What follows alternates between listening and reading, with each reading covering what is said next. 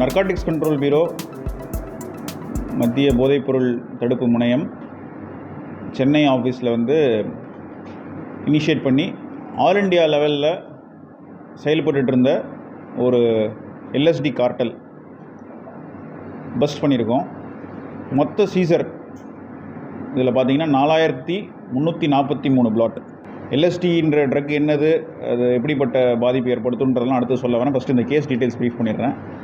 So இந்த கேஸில் வந்து முக்கியமான நபர், இந்தியா லெவலில் வந்து ட்ரக்ஸ் சப்ளை பண்ணிகிட்டு இருக்கிற முக்கியமான நபர் வந்து சேலத்துலேருந்து வந்து செயல்பட்டு இருந்தார். பெங்களூர், மும்பை, ஜெய்ப்பூர், கொச்சி, சூரத் இது மாதிரியான ஊரில் அவரோட இந்த கார்ட்டலில் இருக்கக்கூடிய கூட்டாளிகள் கைது செய்யப்பட்டிருக்காங்க. மொத்தம் இந்தியா முழுக்க வந்து 15 பேர் கைது செய்யப்பட்டிருக்காங்க.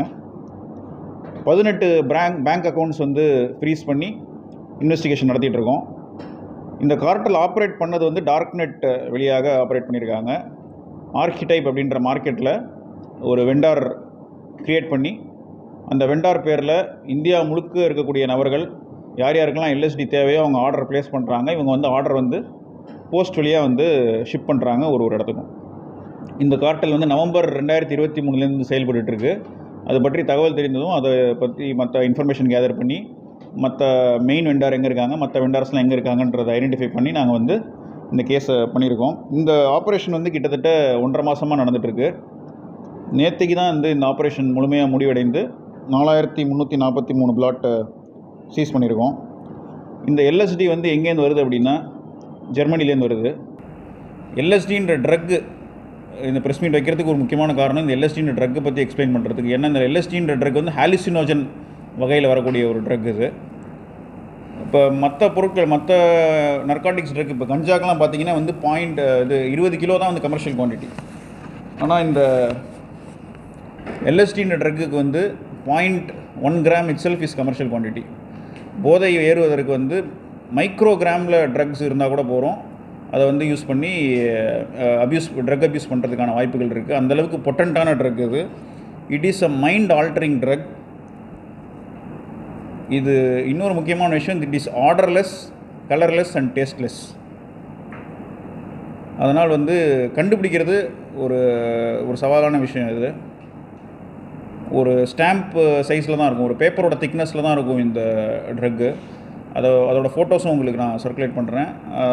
இந்த ட்ரக்கோட யூசேஜ் வந்து தற்போது இளைஞர்கள் மத்தியில், குறிப்பாக கல்லூரி செல்லக்கூடிய 18 வயதிலிருந்து 24 வயது இருக்கக்கூடிய நபர்கள் மத்தியில் அதிக அளவு புழக்கத்தில் இருந்து வருகிறது. அதனால் இந்த ட்ரக்குன்னா என்னது, இதோட எஃபெக்ட்ஸ் என்னது, கிட்டத்தட்ட 12 மணி நேரம் வரைக்கும் போதை இருக்கக்கூடிய ட்ரக் இது.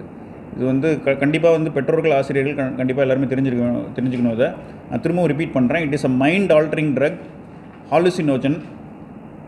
அது வந்து பிரெயினில் வந்து மோசமான விளைவுகள் ஏற்படுத்தக்கூடிய ஒரு ட்ரக். ஓவர் டோஸ் ஆச்சுன்னா 12 ஹவர்ஸ் வரைக்கும் வந்து போதை இருக்கும்.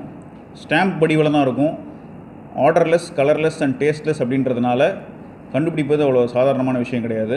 இதை பயன்படுத்தினால் வந்து என்ன பாதிப்பு ஏற்படும்? Heart beat, preliminary problem, heart beat increase பண்ணுறது, பிபி இன்க்ரீஸ் பண்ணுறது, இது மாதிரியானது. ரெகுலராக மற்ற ட்ரக்ஸ் யூஸ் பண்ணால் வரக்கூடிய பிரச்சனைகள், நாசியா, ஜட்ஜ்மெண்ட்டை வந்து இம்பேர் பண்ணுறது, இது மாதிரியான விஷயங்கள். அது இல்லாமல் கொஞ்சம் மோசமான விளைவுகள், ட்ரெமர்ஸ், சீசர்ஸ், சைக்கோசிஸ், இதெல்லாமே இந்த கிளினிக்கலி டாக்குமெண்டட்.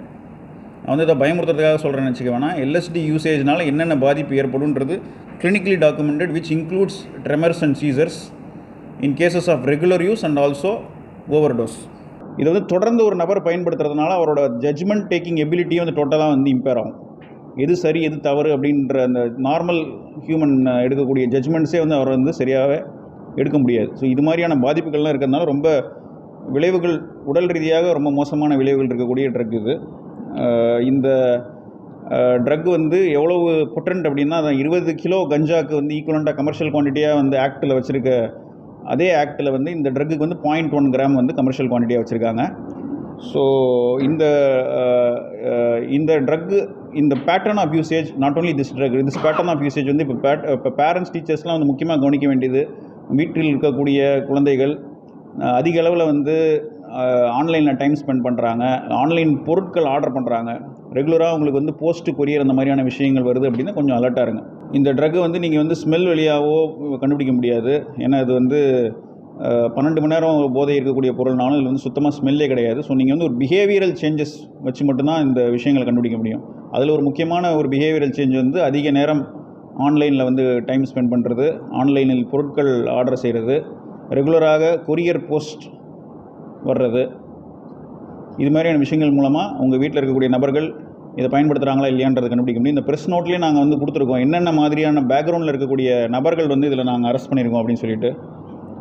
அதில் வந்து பிஸ்னஸ் செய்கிறவங்க இருக்காங்க, சினிமாவில் அசிஸ்டன்ட் டைரக்டராக இருக்கவங்க இருக்காங்க, நல்ல நல்ல பொறியியல் கல்லூரியில் படித்து நல்ல மல்டிநேஷ்னல் கம்பெனியில் வேலைக்கு செல்லக்கூடிய நபர்களும் இருக்கிறார்கள். இந்த 15 பேர் அரெஸ்ட் பண்ணியிருக்கோம் இல்லையா, அது இந்த டீட்டெயில்ஸ் எல்லாமே நாங்கள் வந்து உங்களுக்கு கொடுத்துருக்கோம். ஸோ கடந்த ஆண்டு வந்து என்சிபி சென்னை ஜோனில் ஜம்பாடா கார்ட்டல் அப்படின்னு சொல்லிட்டு ஒரு வெண்டார் வந்து பஸ் பண்ணுறாங்க.